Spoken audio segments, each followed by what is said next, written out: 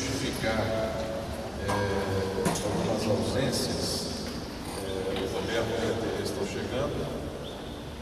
O governo participou de uma reunião em São Paulo, da nossa executiva, que deve trazer a todos nós informações bastante atualizadas do processo de registro do nosso partido. De modo que nós temos algumas informações, mas eu vou deixar que ele próprio dê essas informações quando chegar, porque ele terá melhores condições, mais elementos para passar aos companheiros a exata situação do processo de registro do nosso querido PPL, que hoje, no dia 21 de abril último, comemorou 2 anos de existência. Eu gostaria de saudar aqui todo o nossa executiva presente, em nome dos companheiros que estão na mesa, os nossos companheiros do entorno. Queria tomar a liberdade de pedir licença dos companheiros para convidar uma pessoa que tem nos ajudado muito nesse processo de coleta das assinaturas, que é uma outra liderança do nosso entorno, que é o vereador Walter de Valparaíso, para sentar conosco. Ele é o representante aqui o nosso entorno de Goiás, está dando uma contribuição muito importante a esse processo de registro do nosso partido. Cumprimentar também os nossos companheiros aqui, colegas de governo, companheiro nosso anfitrião hoje aqui, o Salim. A área militar aqui é tua, Salim? Mas vai ser futuramente uma boa área militar. Está dizendo ao carpinteiro que a gente escolheu o Zodiaca Loja em homenagem às nossas gloriosas Forças Armadas, que tem um papel muito importante na defesa da integridade, da soberania do nosso país. Teve seus equívocos históricos, isso foi a alta cúpula militar, e isso faz parte do passado. Os militares continuam tendo um papel importante. Tem aqui uma justificativa da ausência do companheiro João Jacques, que está enfermo, foi atingido aí por uma pneumonia, né, Gerardo, nosso companheiro da Nova Força, que está aqui junto com outros companheiros representando a Nova Força, que integra os companheiros da Nova Força, que integram o nosso PPL. Eu quero começar o informe falando um pouco da situação nacional. Acho que é muito importante nesse momento que a gente faça uma reflexão, assim, também aqui a Jane sugere que o vereador Narciso venha para a mesa, afinal de contas, nosso novo programa também está contribuindo decisivamente para a coleta de assinaturas.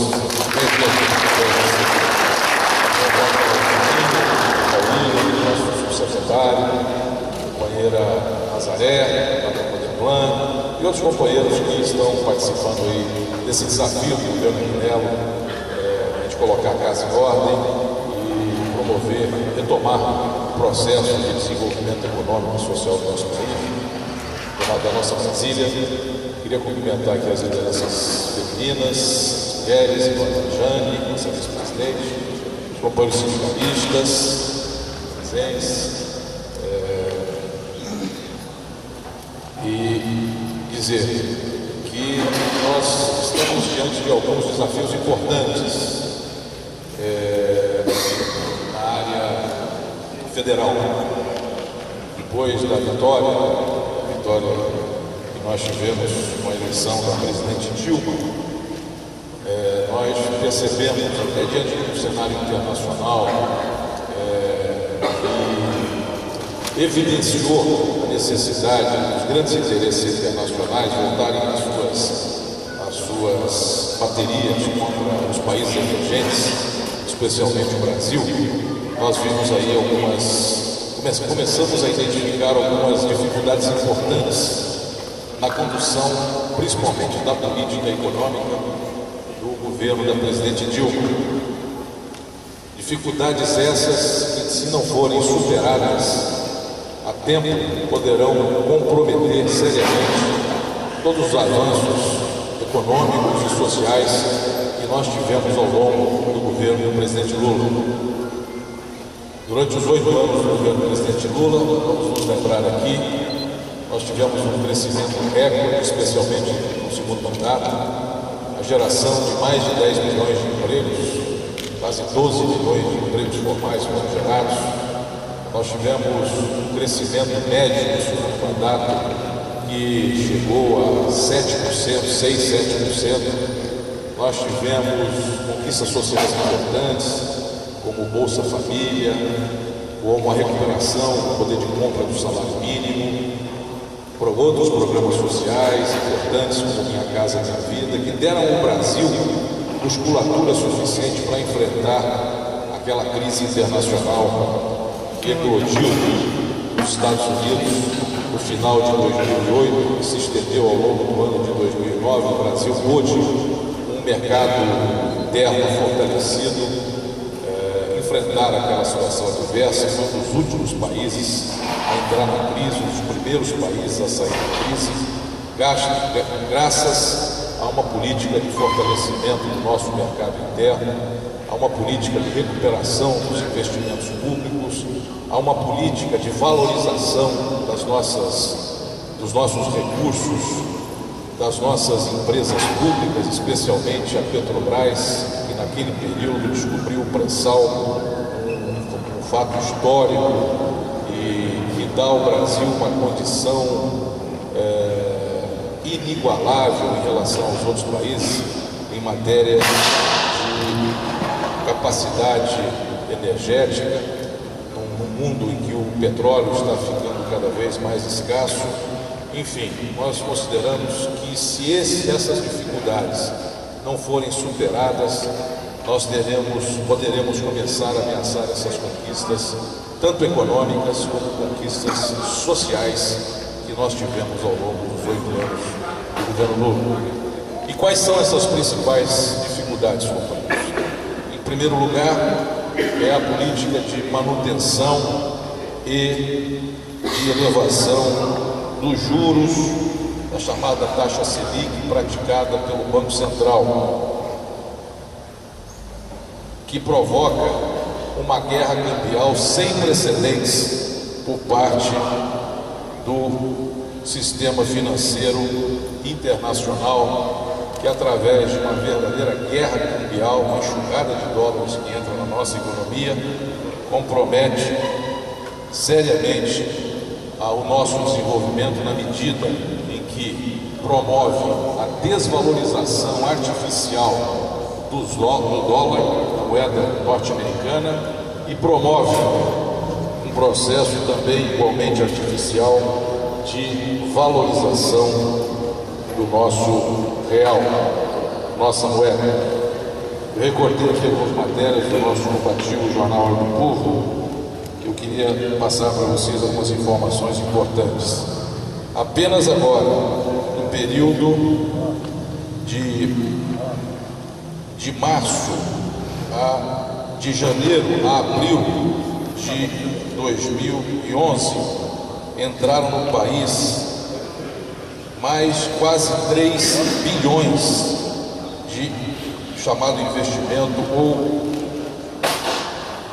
especulação com os nossos títulos públicos, porque os nossos títulos públicos são remunerados à base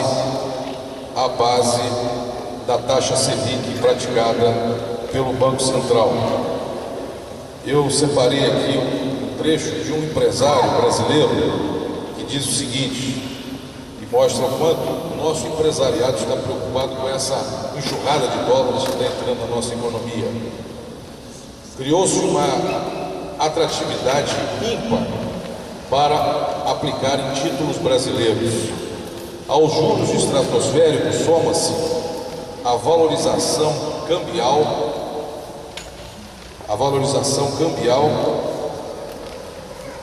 e está mais do que provado que as medidas do governo não estão surtindo efeito.